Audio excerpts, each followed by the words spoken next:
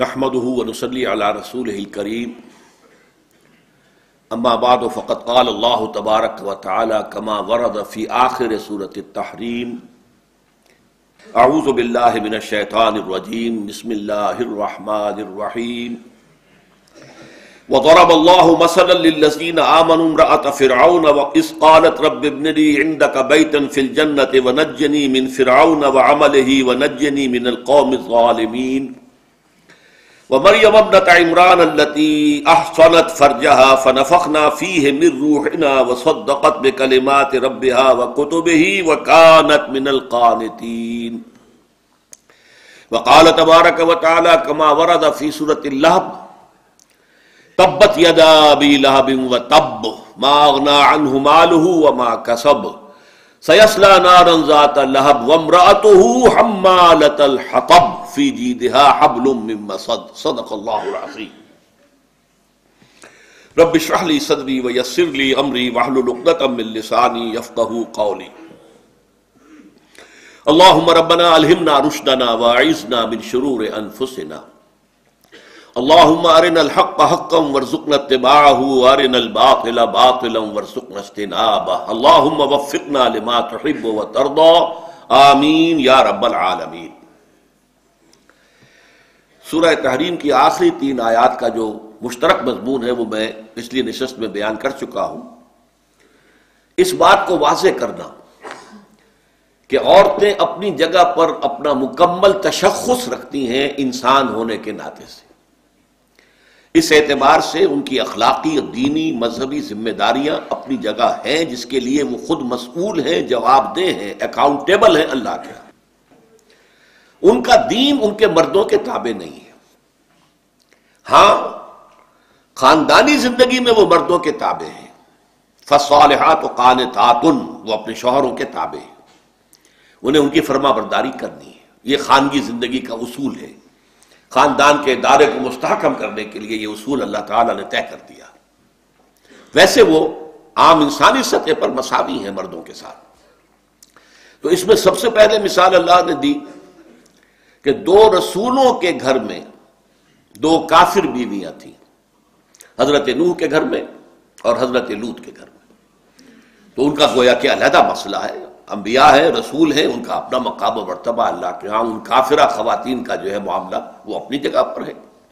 وہ کافروں کے انجام کے ساتھ دوچار ہوئی، ہلاک ہوئی اپنی قوم کے کافروں کے ساتھ۔ اب اس کی بالکل برعکس مثال دی جا رہی ہے۔ وَضَرَبَ اللَّهُ مَثَلًا لِلَّذِينَ آمَنُوا امْرَأَتَ فِرْعَوْنَ، اللہ نے مثال بیان کی ہے اہل ایمان کے لیے، اہل ایمان کے ضمن میں فرعون کی بیوی کی۔ یہ فرعون کون سا تھا؟ اصل میں حضرت موسیٰ علیہ السلام کا واسطہ جو رہا ہے وہ 2 فرعونوں سے رہا ہے، اور اس کو نہ جاننے کی وجہ سے بہت سے لوگ مغالطوں میں مبتلا ہوتے ہیں۔ یہ جب بچے سے تھے اور ماں نے اللہ کے حکم کے تحت انہیں دریا میں ڈال دیا تھا ایک صندوق میں بند کر کے، اس وقت جو وہ دریا سے نکلے ہیں محل میں پہنچے ہیں تو وہاں ایمپرر تھا منفتاح، اور وہ اس کے ہاں اولاد نہیں تھی، اور وہ ظاہر بات ہے فرعون تھا، خدائی کا دعوے دار تھا، جو بھی ان کے ہاں چلا آ رہا تھا معاملہ وہ اللہ تعالیٰ کے حکم کو ماننے والا نہیں تھا۔ سورج کی پرستش ان کے ہاں ہوتی تھی، ان کا سب سے بڑا دیوتا سورج تھا، لیکن وہ خود اپنی خدائی کا دعوے دار تھا کہ میرے پاس اختیارات جو ہیں خدائی اختیارات ہیں، جس کا کہ پھر آپ کو معلوم ہے کہ یورپ کی ہسٹری میں ڈیوائن رائٹس آف کنگز، بادشاہوں کے حقوق تو خدائی کے ہوتے ہیں۔ یہ ڈیوائن رائٹس آف کنگز وہیں سے تو چلا آ رہا ہے کہ فرعون اور نمرود کا دعویٰ کیا تھا کہ ہم خدا ہیں۔ لیکن اس کے گھر میں جو بیوی تھی وہ ایک مسلمان، اور محسوس ایسا ہوتا ہے کہ بنی اسرائیل میں سے تھی، ان کا نام آسیہ تھا رضی اللہ تعالی عنہا۔ اب ظاہر بات ہے کہ بنی اسرائیل ان کے محکوم قوم تھے، غلام تھے، جب جس کو چاہا ان میں سے کسی کی بیٹی پسند آ گئی، نگاہ میں کھب گئی، اسے لے آئے اپنے حرم میں داخل کر لیا، لیکن وہ تھی مسلمان، اسرائیلی تھی۔ تو وہی در حقیقت تھی خاتون کے جس نے حضرت موسیٰ کو بچایا ہے۔ جب حضرت موسیٰ جو ہے دریا سے نکال لیے گئے تھے، وہ جب بچے سے تھے بالکل، تو اس کے بعد یہ ہے کہ فرعون قتل کرنے پر تلا ہوا تھا، اسے اندازہ ہو گیا تھا یہ اسرائیلی ہے، اور اس وقت قانون یہ تھا کہ اسرائیلیوں کے ہاں جو بھی بچہ پیدا ہوگا مرد لڑکا اسے فوراً قتل کر دیا جائے۔ تو فرعون جو ہے قتل کرنے پر تلے ہوا تھا، لیکن اسی عورت نے کہا تھا، معلوم ہوتا ہے کہ وہ تھی محبوب، اپنے شوہر منفتاح کی بہت محبوبہ تھی، اس کا مطلب یہ کہ دل میں اس کے مقام تھا بہت بلند، تو اس نے کہا تھا لا تقتلوہ، اسے قتل نہ کرو۔ ویسے تو اللہ تعالیٰ نے ایک جگہ فرمایا ہے سورہ طٰہٰ میں وَأَلْقَيْتُ عَلَيْكَ مَحَبَّةً مِّنِّي، اے موسیٰ اس وقت ہم نے تم پر اپنی محبت کا ایک پرتو ڈال دیا تھا، ایسی موہنی صورت کہ جو دیکھے اور وہ اس کا جو ہے گرویدہ ہو جائے، اس قدر خوبصورت، اس قدر موہنی شکل، تو اس کو بھی ایک شکل بنایا اللہ نے، ان کے بچانے کا ذریعہ بنایا، ایسا پیارا بچہ۔ تو اس نے بیوی نے کہا لا تقتلوا، قتل نہ کرو، عسیٰ ان ینفعنا او نتخذھا ولدا، ہو سکتا ہے اسے بیٹا بنا لے، ہمیں اللہ نے ابھی تک بیٹا نہیں دیا ہے۔ تو وہ جو بیوی تھی آسیہ، جو اسرائیلی تھی، نیک تھی، بہت پارسا خاتون تھی، تو اگرچہ وہ فرعون کے محل میں ہے لیکن اس پر وہ محل جو ہے وہ اسے کاٹ کھانے کو دوڑ رہا ہے، وہاں کا ناز و نام، وہاں کی نعمتیں، وہاں کی آسائشیں، وہاں کے ساری جو بھی آرام ہے، عیش ہے، اس میں وہ خوش نہیں ہے۔ اس کا کہنا کیا ہے وَضَرَبَ اللَّهُ مَثَلًا لِلَّذِينَ آمَنُوا امْرَأَتَ فِرْعَوْنَ اذ قالت، جبکہ اس نے کہا، دعا کی، رب ابن لی عندک بیتا فی الجنہ، پروردگار مجھے اس محل سے کوئی دلچسپی نہیں، پروردگار میرے لیے تو اپنے پاس جنت میں ایک گھر بنا لے، مجھے اس میں داخل فرما دے۔ یہ سارے دنیاوی شان و شوکت اور یہ شکوہ اور یہ سب کچھ بادشاہی مجھے تو کاٹ کھانے کو دوڑ رہی ہے۔ رب ابن لی عندک بیتا فی الجنہ ونجنی من فرعون وعملہ، اور پروردگار مجھے نجات دے دے اس فرعون سے اور اس کے عمل سے۔ حالانکہ جیسا کہ میں نے عرض کیا وہ محبت کرتا تھا انتہائی، اس کے باوجود چونکہ خدا کا دشمن تھا، وہ مشرک تھا، کافر تھا، اس اعتبار سے جو ہے، اور یہ ظاہر بات ہے کہ بنی اسرائیل جو ہے وہ اگرچہ بہت بری طریقے سے مصر کے اندر پیسے جا رہے تھے عذاب کی چکیوں میں،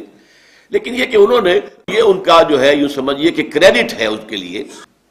کہ توحید کو انہوں نے اپنے ہاں برقرار رکھا ہے، ہر حال میں توحید پر قائم رہے، آج بھی توحید پر قائم ہے، ان کے ہاں کوئی جلی شرک موجود نہیں، آج بھی موجود نہیں، کردار کی خامیاں، عمل کی خامیاں، وہ سب اپنی جگہ پر ہیں، حق کی دشمنی، حضور سے دشمنی، اسلام سے دشمنی، وہ سب اپنی انتہائی شکل میں کہ توحید ان کے ہاں جو ہے انٹیکٹ ہے، آج بھی انٹیکٹ ہے، ان کے ہاں شرک جو ہے وہ کسی شکل میں نہیں آیا، جبکہ عیسائیوں کو آپ کو معلوم ہے